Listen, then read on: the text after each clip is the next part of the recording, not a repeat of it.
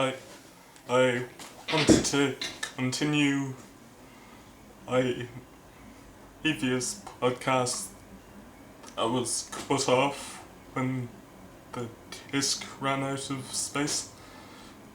I wanted to elaborate on the points I feel I skipped in my analysis of A Song of Ice and Fire and Game of Thrones adaptation.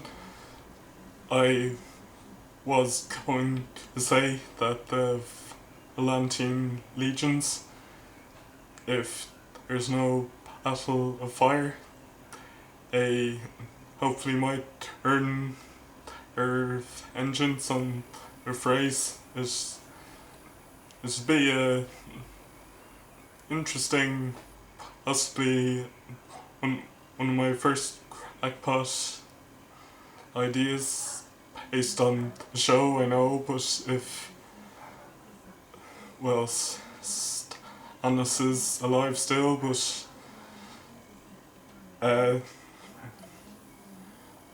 if without apparently a need for the phrase to send an army against Stannis, having lost his battle of ice. Maybe it's not the battle of ice in truth. I look forward to the learning that the pink letter was a ruse or a ruse. But hopefully the Atlantean legions turn their vengeance on Alter Frey, as Elisa Igear was from Atlantis, and we've at least seen it 2 seasons later. And hopefully if Amy is going to the Riverlands after all, and potential Lady Stoneheart, if I think Lena Headey, her Stoneheart ruse, I think can't anyone just share their personal emotions? It doesn't have to be inspired by their character they might be facing off against. Well, Cersei's facing the Faith now, so but it's certainly a interesting stretch for people to assume that any actress from Game of Thrones might I guess funny slip of words, or a Stoneheart has been a long an age-old expression, so I see where crackpot theories form, that you can't say much without it having a connotation to someone. So with Ariston Sell Me Dead, and at least in the show, I've a thought that could it be a fraction as good as the Battle of the Pelennor Fields in Return of the King, either the film or book version. That'd be pretty amazing to see the herons and the elephants and archers on in towers on the elephants' backs. So I can't wait to see either they've really jumped the gun on Tyrion meeting Daenerys already, and I feel they did some justice to the books, but I I think it's probably a godsend that they'll by the seven that they have eared off in certain areas, and I think D&D might have an equally clear view on where the story is going. I know George,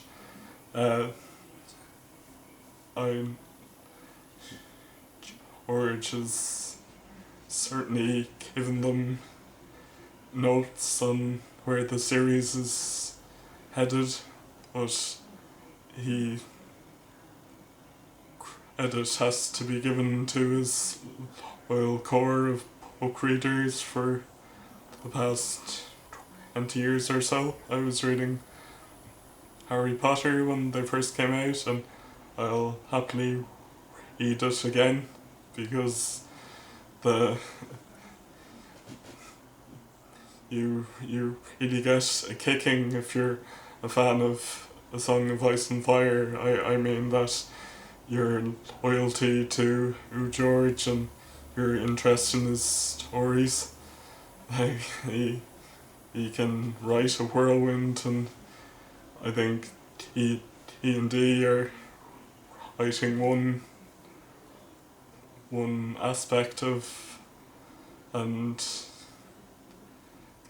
cutting right through a beautifully formed maze for their own writing experience. I support what they've made. Troy as David Benioff's work, his screenplay, I think that was equal justice to Homer's epic, the Iliad, which I studied 13 or 14 years ago. My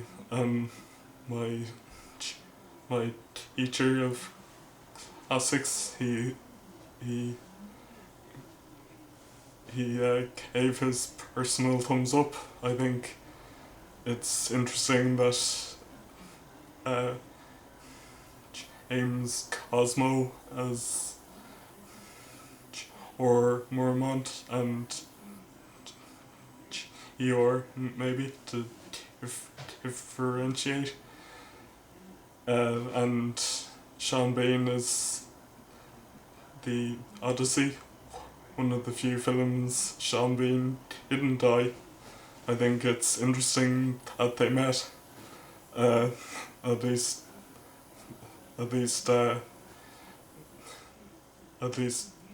Odysseus, I've called him the Odyssey, I believe, but Odysseus kills the Trojan commander played by James Cosmo, so it's an interesting. I'd like to make that meme that when Eeyore wanted to recommend Varys that they send Ned to the wall rather than before the unexpected brutal beheading, that they could certainly use men of Ned's stature on the wall, showing their faith in Starks, since Benjen, also known as Cold Hands, apparently, or was just a ruse to draw Jon into his faithful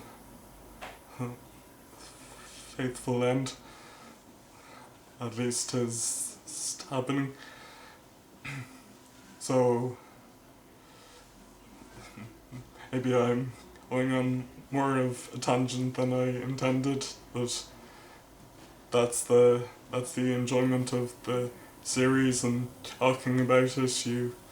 Plan you plan a course and suddenly you're writing a whole other essay or a book, as I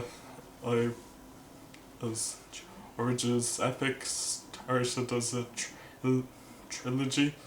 Now it's to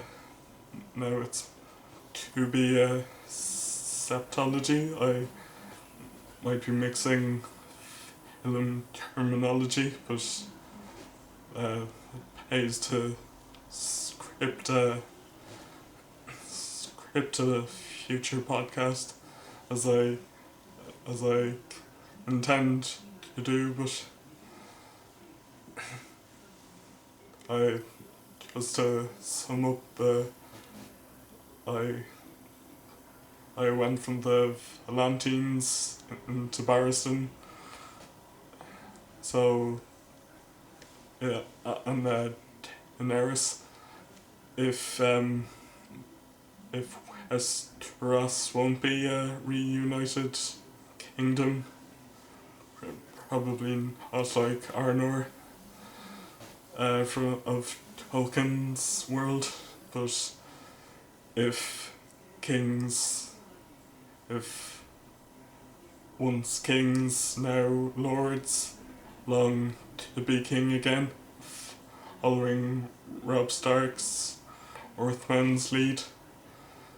He was the first king then, so the War of the Five Kings began. From the world of Ice and Fire, so far the Starks, Greyjoys and the Vale potentially, if they're not being involved in war, and I'd be interested to see if Littlefinger could actually get the Vale men to. They've become a lot more scummier. I can't imagine these fellas reuniting with the Starks and ending this war as the rebellion was fought on Collington, Robert and Ned led at a high standard, so I don't think Littlefinger's way of operating, not like the others. He achieves his means through subterfuge, so him and Roose Bolton are match made in heaven. For Roose's potentially aiming vengeance in the names of the Grey Kings, he's certainly living up to paying back Stark justice, although the Starks, they're apparently their ancestors are now living as oaks hung in that secret room the Boltons keep, at least from tales which certainly have their roots in fact. So I just can't help to enjoy starting as a show watcher, and although I dislike that term, I think it's such a arrow black and white view. There's I jump on the bandwagon to read new things, but I can appreciate both sides, that people have read hundreds and hundreds of books before A Song of Ice and Fire, and they'll continue long after, but I can see from having read at least The Return of the King before the film, you can miss the Eladan and Rohir, the men of the Túnadan, and it's a interesting juxtaposition where the siege of Helm's Deep is corresponding with Shelob attacking Frodo and Sam, where it occurs, it's concurrent with the siege of Gondor, rather than Helm's Deep in the film, and then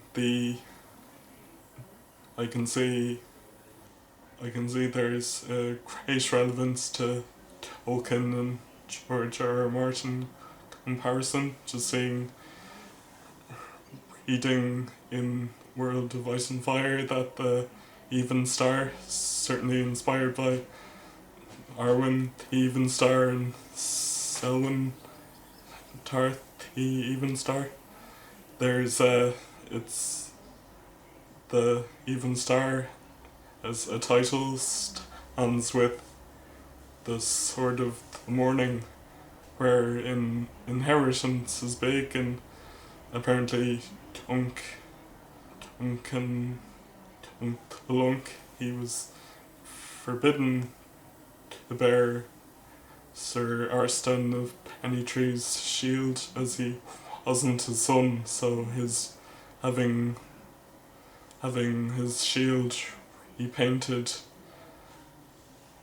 to imaginary sigil. It's very interesting as some nod to the creativity, and I don't know, is Talissa the painter, the armor painter. Maybe that's where they got at least some idea, at least a vague nod to, like, a member of the small folk, at least he was, at least Rob didn't know her immediate origins, but she masqueraded as a member of the small folk, so as George values the small folk, and why not, we're a great bunch compared to Pickering lords and people with titles today. Certainly I see that's a great historical counterpart in the series to Dunk's potential ancestor Brienne of Tarth, having her ill-reputed Lotston shield, Lotston, having that repainted as where Dunk lose his head for breaking inheritance laws. I don't know, is it an interesting parallel to breaking inheritance of the throne laws, though, well, Henley certainly suffered for that, and Sir Courtney Penrose in either adaptation, at least Renly. So it's interesting that there are antecedents and hundred-year-old presidents rather than a couple of weeks old president.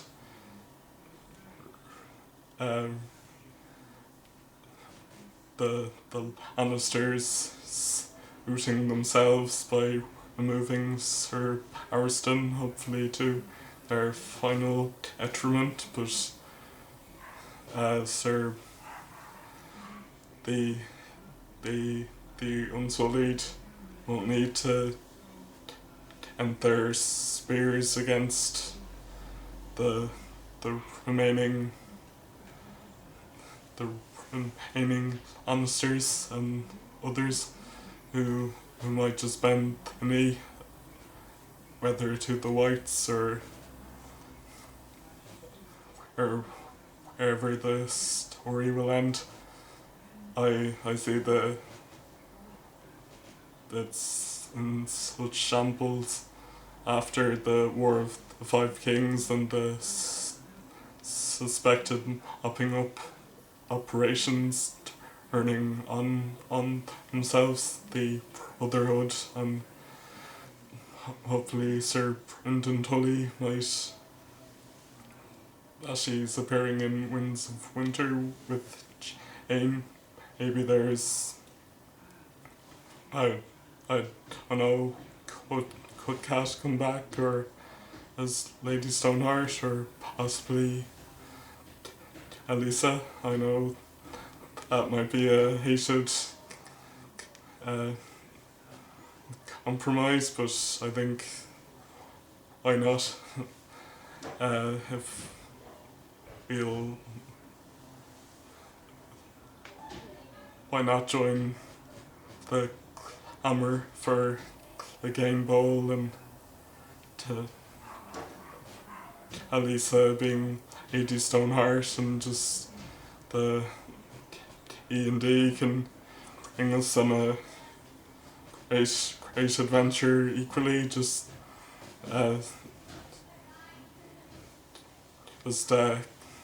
hitting together the torn apart maze of stories that have been left over by George's writing. He's crafted his story, so if D&D are writing a fan fiction, it's a very entertaining one, and I think George, he lives intently, and he valiantly puts superfluous funds into the reservations for wolves, and so I think that's very noble, and he might abide fan fiction, but I'm sure he can see the value of D&D if he, and I think it's another bandwagon I don't really like to jump on, but I can see great merit in anyone who's willing to work and do something. I think Hollywood might be looked down upon unfairly, but I think it's a great, like, it's enough to provide everyone else in the world with entertainment in the evening, or a distraction from seemingly mundane tasks. But I think this age of creativity,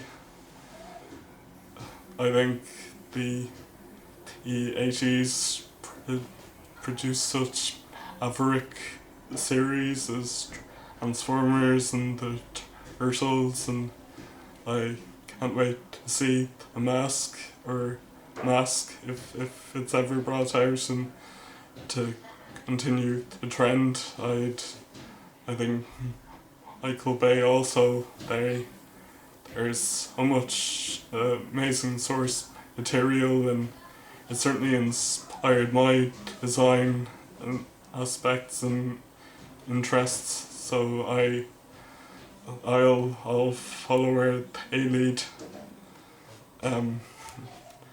Hope I get some form of employment for speaking positively of them. If or see if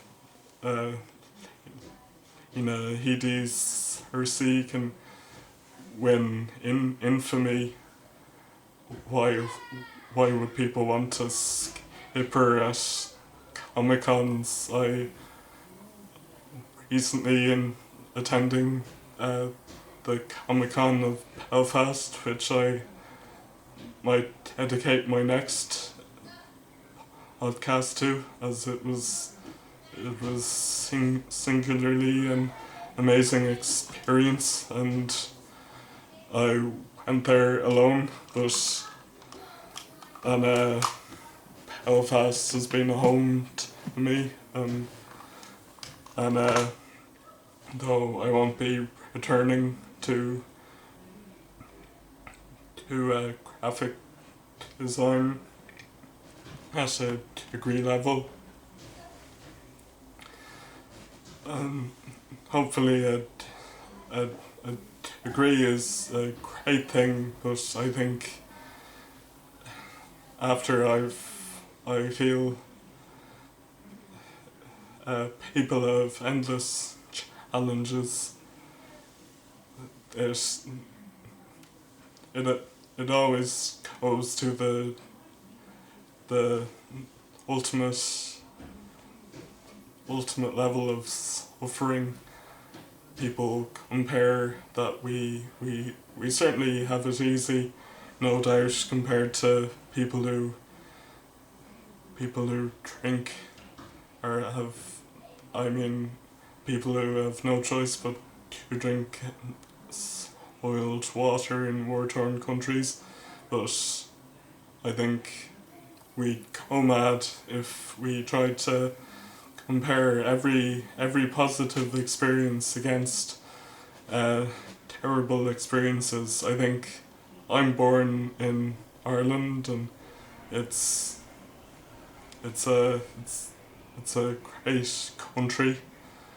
We're contributing to what we can. As Game of Thrones and Vikings certainly has its origins here. So I'd happily join if I thought my beard might be my immediate recognition for potential to do extra work and work as an extra for Vikings anyway. Without returning to Belfast to live and study for an extended period, I will certainly return for Comic Cons and hopefully establish myself. If people want to hire someone who's, at least I'll give it my best effort. It might not be as good an effort as, maybe it doesn't even have to be an effort for people, but I'm challenged by what I have immediately as my barriers. I'll fight to speak on the internet, and I'm happy to record myself now, and I think there's no doubt an endless string of excuses I but my immediate challenge is I've lost a stone through my own efforts, which certainly makes me more withdrawn, having extra weight. I know, well, hopefully people can work with a full beard, that there's plenty, hopefully there's some fanboy managers of Game of Thrones and they allow a more frivolous dress code where you can come in with a tremendous beard. My fanboying level when seeing the beards that appear in Game of Thrones and Vikings, at least I can certainly emulate that. I'd love, if I was strong enough, I'd love to live in a society, ancient society, and where periods were a sign of power. So hopefully I'm a powerful man somewhere, but I think I'll have to narrow down. But I'll sign off here. Sir Connington will return.